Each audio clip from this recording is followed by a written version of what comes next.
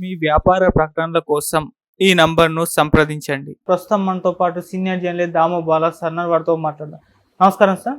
నమస్తే సార్, నెల్లూరులో ఒక ఇన్సిడెంట్ జరిగింది సార్. ఒక భార్య అంటే తన భర్త నిద్రపోయాడు, వచ్చి చంపేసుకోండి అని ఒక మెసేజ్ చేసినట్టు వార్తలు అయితే వస్తున్నాయి. అసలు ఏం జరిగింది సార్ ఈ ఇష్యూలో? నా భర్త నిద్రపోతున్నాడు, వచ్చి చంపేయండి అని మెసేజ్ పంపించిందని చెప్తున్నారు. ఇది ఇప్పుడు సంచలనమైంది. ఎందుకంటే అలాంటి మెసేజ్లు మామూలుగా రోజు కనబడవు కదా. సో నెల్లూరులో జరిగింది. ఇది రామచంద్రాపురం అనే ఏరియాలో రామాలయం వీధి. ఆ వీధిలో పెంచుల ప్రసాద్ ఆయన పేరు, 35 ఏళ్ళు. ఆయనకి 3 అక్కలు. వాళ్ళ అమ్మ నాన్న ఏమనుకున్నారంటే, ఆస్తి బయటికి ఎందుకు పోవాలి, మన మనవరాలనే ఇచ్చి పెళ్లి చేస్తే మన కొడుక్కి ఆస్తి మన దగ్గరే ఉంటుంది కదా అనుకున్నారు. సో వీళ్ళ పెద్దక్క కూతురు, ఆమె పేరు ప్రసన్న, ఆమె కూతురు పేరు సుహిత. ఈ సుహితని ఈ మేనమామకే ఇచ్చి పెళ్లి చేయాలని వాళ్ళు అనుకున్నారు.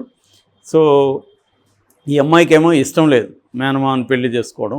కానీ ఆ అమ్మాయి గట్టిగా చెప్పి నాకు ఇష్టం లేదని గట్టిగా చెప్పలేకపోయింది. సో దాంతో పెళ్లి చేశారు. పెళ్లి చేసినప్పటి నుంచి కూడా అమ్మాయికి ఇష్టం లేదు కాబట్టి తనతో సఖ్యంగా లేకపోవడం అనేది జరిగింది. ఈ క్రమంలో వాళ్ళిద్దరి మధ్య గొడవలు జరుగుతూ ఉండేవి. ఆ టైంలో ఆ అమ్మాయికి వరప్రసాద్ అలియాస్ వర అనే అతను పరిచయం అయ్యాడు. అతనితో అఫైర్ ఏర్పడింది. అది ఇతనికి అర్థమైంది ప్రసాద్కి అర్థమయ్యి, ఇలా వరతో నువ్వు తిరుగుతున్నావు, క్లోజ్గా వెళ్ళొద్దు అది ఇది అని చెప్పాడు. అట్లాగే వరానికి కూడా ఫోన్ చేసి లేదా కలిసి, నువ్వు నా భార్యతో తిరుగుతున్నావు, అది ఆపుకో అని హెచ్చరికలు చేశాడు. దాంతో వీళ్ళిద్దరికీ ఏంటంటే టెన్షన్ స్టార్ట్ అయింది. వీడేమన్నా చేస్తాడేమో మేనమామ, మనం ఫ్రీగా ఉండలేము, అతనికి తెలిసిపోయింది కాబట్టి అతన్ని చంపేస్తే మనం హాయిగా ఉండొచ్చు అనేది వీళ్ళు డిసైడ్ అయ్యి ప్లాన్ చేశారు. ఈ వర అనే అతనికి కొంత సర్కిల్ ఉంది. అందులో కొంతమందికి ఈ రౌడీజం ఇవన్నీ అలవాటు ఉంది. వాళ్ళల్లో ఒక 5 మందిని పట్టుకున్నాడు. సాగర్, వెంకటసాయి, లివింగ్స్టన్, నాగేంద్ర, పవన్, నిరీక్షణ్, ఇలాగ మనో ఒక 7 మంది మొత్తం తయారయ్యారు. ఆ 7 మందితో ప్లాన్ చేశాడు అతను. సో ఈమె అర్ధరాత్రి 12 దాటిన 11:30 ఆ టైంలో మెసేజ్ పెట్టింది, మన మొగుడు నిద్రపోతున్నాడు, వచ్చి చంపేయని. ఎవరికి? వరాకి. ఆల్రెడీ వాళ్ళు రెడీగా కత్తులు పెట్టుకున్నారు, కొంతమంది వేశారు ఆ ఊపు కోసం. సో రెడీగా ఉన్నారు. ఏం చెప్పగానే వచ్చారు. ఇతని నోట్లో గుడ్లు గుట్టాడు అరవకుండా. ఈమె కళ్ళ ముందే జరుగుతున్నా కూడా ఏమీ పట్టించుకోలేదు, ప్రశాంతంగా ఇంకా మంచి పని జరుగుతుంది అన్నట్టుగా చూస్తూ ఉండిపోయింది. సో వీళ్ళు కత్తులతో బొడి చేశారు, అతను చంపేసి బయటికి వెళ్ళిపోయిన తర్వాత ఈమె ఈ అమ్మాయి ఎవరో వచ్చి, దొంగలో ఎవరో వచ్చి అతని మీద కోపం ఉందేమో తెలియదు, వచ్చి పట్టుకొని చంపేశారు అని వాళ్ళు వెళ్ళిపోతున్నప్పుడు కేకలు పెట్టింది. వాళ్ళు అప్పటికి వెళ్ళిపోయారు. కేకలు పెట్టినది పోలీస్ కంప్లైంట్ ఇచ్చింది. కానీ పోలీసులకి ఈ అమ్మాయి బిహేవియర్లో డౌట్ వచ్చింది. ఫోన్ తీసుకున్నారు. ఫోన్లో అప్పటికే డిలీట్ చేసిన మెసేజ్లు, బట్ వాళ్ళు దాన్ని రిట్రీవ్ చేశారు. రిట్రీవ్ చేసినప్పుడు ఈ మెసేజ్ల్లో ఈ మెసేజ్ కనబడింది, నా మొగుడు నిద్రపోతున్నాడు, వచ్చి మీరు చంపేయండి అని. సో అది చూసి షాక్ అయ్యారు. ఆ మెసేజ్ ఎవరికి పోయిందంటే వరాకు పోయింది. తర్వాత వాళ్ళ ఇంట్లో వాళ్ళు కూడా, వీళ్ళ రెండో అక్క సినిమాకి వెళ్ళి వస్తుంది అదే టైంలో. ఆ టైంలో వర మిగతా వాళ్ళు బయటికి రావడం ఆమె కూడా చూసింది. ఆమె కూడా ఐ విట్నెస్ చెప్పింది. దాంతో వీళ్ళని పట్టుకున్నారు. ఈ అమ్మాయిని సుహితను కూడా పట్టుకున్నారు. విచిత్రం ఏంటంటే ఈ అమ్మాయి పేరు సుహిత అంటే మంచి హితం కోరేది. సో పేరు క్యారెక్టర్కి రివర్స్లో ఉంది. సో సుహిత అంటే మంచి హితం కోరేది, అనుకూలమైనది, ఇలాంటి మీనింగ్స్ వస్తాయన్నమాట. సో ఈ అమ్మాయి అనుకూలమైనది కాదు, మంచి హితము కోరేది కాదు, మంచిది కాదు. ఈయన పాయింట్ ఆఫ్లో అంత క్రూయల్గా చంపేసింది. నిజానికి అతని పట్ల ఇష్టం లేకపోతే ఫస్ట్లోనే గట్టిగా చెప్పుండాల్సింది. అతనికి చెప్పుండాలి, ఇంట్లో చెప్పుండాలి, నువ్వంటే నాకు ఇష్టం లేదు, నేను పెళ్లి చేసుకున్నా కూడా కాపురం చేయనని చెప్పుండాలి. అప్పుడు అమ్మాయి గట్టిగా చెప్పలేదు.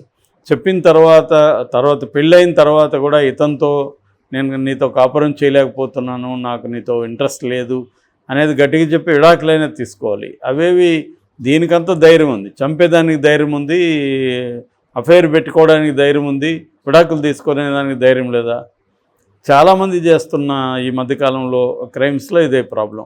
చాలామంది ఏంటంటే వాళ్ళ నిజానికి అతను చేసిన తప్పేముంది, అతను వాళ్ళ పెద్దవాళ్ళు చెప్పారు ఈ అమ్మాయికి కూడా ఇష్టమని పెళ్లి చేసుకున్నాడు. సో ఈ అమ్మాయి దాన్ని వ్యతిరేకించి ఉండాల్సింది. చాలామంది అమ్మాయిలు ఏం చేస్తున్నారంటే పెళ్ళిళ్ళు చేసుకుంటున్నారు పెద్దవాళ్ళు చెప్పారని. పెళ్ళికి ముందన్న అఫేర్లు ఉంటున్నాయి, లేదా పెళ్ళి తర్వాత అన్న ఏర్పడుతున్నాయి. ఈ ఏర్పడినప్పుడు కనీసం అతనితోనే వెళ్ళిపోవాలి. నీకంత అతని పట్ల ఒక ఉన్మాదమైన మోహమో గేహమో ఉంటే ఇతను వదిలేసి వెళ్ళిపోవాలి, విడాకులు ఇవ్వాలి. ఇతను చంపేయడం ఎందుకు? అతి క్రూయల్గా చంపేయడం. ఒక్కోసారి పిల్లలు కూడా ఉంటున్నారు, వాళ్ళ జీవితాలు నాశనం అయిపోతున్నాయి. సో వీళ్ళు ఇప్పుడు చంపేస్తే వీళ్ళ తల్లిదండ్రులు ఆల్రెడీ ముసలోళ్ళు, ఇలాగా వీళ్ళు చేసే అనాలోచితమైన దీనివల్ల నాశనం అయిపోతుంది. రెండవది ఈ కేసులు ఏంటంటే తల్లిదండ్రులు కూడా బుద్ధి ఉండాలి. ఎందుకంటే ఆస్తి పోతుందని చెప్పి ఎవరినంటే వాళ్ళని పెళ్లి చేసేయడం కరెక్ట్ కాదు. ఆస్తి పోతే పోతుంది. నిజానికి మేనరికాలు తప్పని ఎప్పుడూ సైంటిఫిక్గా కూడా జెనటికల్గా ఇబ్బందులు ఉన్నాయని చెప్తారు. దానికి సంబంధించి కూడా వీళ్ళలో చాలామందిలో ఇప్పటికి కూడా మార్పు లేదు. ఎందుకంటే వీళ్ళకి ఇష్టం లేని పెళ్ళిళ్ళు చేస్తే ఇవే జరుగుతుంటాయి. అదేదో ముందే ఆ అమ్మాయిని అడిగి ఇతనిలో కూడా ఒక తప్పు ఏంటంటే ఇతను అమ్మాయిని అడిగాడా అంటే మనకి మొత్తం డీటెయిల్స్ తెలియదు కాబట్టి మనం విశ్లేషించలేం. కానీ మామూలుగా అయితే పెళ్ళికి సంబంధించి ఏంటంటే అన్నీ ముందుగా మాట్లాడడం, నీకేమన్నా ఇష్టం ఉందా లేదా ఇవన్నీ చూసుకోవడం, ఇవన్నీ అవసరం. ఇవన్నీ లేకపోతే అప్పుడు ఏంటంటే ఏం కాదులే పెళ్లి చేసినా కాపురం చేస్తారు అన్న ఒక మూర్ఖత్వం పెద్దోళ్ళల్లో ఉంటుంది. ఇది తప్పు, అది రాంగ్. అది సో వాళ్ళకి ఇష్టం లేకుండా పెళ్లి చేస్తే ఏం చేస్తారు? ఖచ్చితంగా వాళ్ళు వేరే వాళ్ళతో అఫైర్లు పెట్టుకుంటారు. ఇవాళ అఫైర్లు పెట్టుకోవడం పెద్ద కష్టం కాదు. సెల్ ఫోన్ ఉంటే చాలు, దాంట్లో సోషల్ మీడియా ఉంటుంది. వీళ్ళే ఒక ట్రాప్ వేస్తూ ఉంటారు అమ్మాయిలే, వాడు వచ్చి పడే విధంగా ఒక ట్రాప్ పెట్టుకొని కూర్చుంటారు. సో ఇంకెట్లాగా అబ్బాయిలకి అదే పనిలో ఉండేవాళ్ళు చాలామంది ఉంటారు, ట్రై చేస్తూ ఉంటారు. సో ఇవాళ అఫైర్లు పెట్టుకోవడం వెరీ ముఖ్యంగా విమెన్కి చాలా ఈజీ మగవాళ్ళ కంటే. సో ఎందుకంటే మగవాళ్ళు ఎక్కువ మంది ట్రై చేస్తుంటారు కాబట్టి వీళ్ళు ట్రై చేయకుండానే పెట్టుకోవచ్చు. ఓకే. సో ప్యాసివ్ ట్రై అంటారు, అంటే వాడిని ట్రై చేయనిస్తే చాలు వాళ్ళు ట్రై చేస్తూ ఉంటారు. సో అందువల్ల ఇది ఇవాళ చాలా జాగ్రత్తలుగా ఉండాల్సిన అవసరం ఉంది. ఇంతకు ముందులాగా ఒక క్యాజువల్ యాటిట్యూడ్తో పెళ్ళిళ్ళు చేయడం అనేది రాంగ్. పెళ్లి చేస్తున్నప్పుడు అనేక విషయాలు ఆలోచించాలి. ముఖ్యంగా వీళ్ళు ఏంటంటే ఆస్తులు అంతస్తులు ఇవి ఆలోచిస్తారు తప్ప ఈ అమ్మాయికి ఇంట్రెస్ట్ ఉందా, ఈ అమ్మాయి తన హస్బెండ్తో కరెక్ట్గా ఉండగలుగుతుందా, ఈ విషయాల మీద ఫోకస్ చేయడం అనేది ఇవాళ ఇంకా రాలేదు. అది ఇంపార్టెంట్.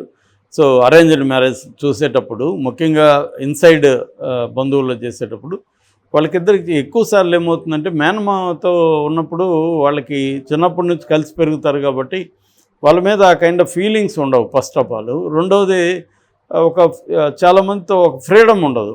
ఒక మేనమామ కూడా ఒక డామినెంట్ ఫిగర్గా ఉంటాడు ఎక్కువసార్లు. సో వాళ్ళకి కంప్లీట్ ఫ్రీడము హాయి ఉండదు. రెండోది ఏజ్ గ్యాప్ కూడా చాలామందిలో ఉంటుంది. ఏజ్ గ్యాప్ ఉండడం వల్ల కూడా వాళ్ళు ఫ్రీగా ఉంటారు. మామూలుగా ఏంటంటే అబ్బాయిలు అమ్మాయిలు ఇతరుల సమక్షంలో ఫ్రీగా ఉండాలని కోరుకుంటారు హాయిగా. అది ఉండనప్పుడు ఏంటంటే అదొక ఏదో ఇంకా బలవంతంగా ఉండాల్సి వస్తుంది. అది రోజు నరకం ఉంటుంది. దానివల్ల వాళ్ళు ఏం చేస్తారు, తమ హ్యాపీనెస్ని బయట వెతుక్కోవడం మొదలు పెడతారు. సో కానీ ఇది ఏంటంటే ఇలాంటి అమ్మాయి ఇప్పుడు ఇంత ధైర్యంగా హత్య చేయించిన అమ్మాయికి ధైర్యం లేదంటే మనం నమ్మలేము. సో ధైర్యం ఉంది, మరి ధైర్యం ఉన్నప్పుడు ఎందుకు మాట్లాడలేకపోయింది అనేది ఒక ఫస్ట్ ప్రశ్న.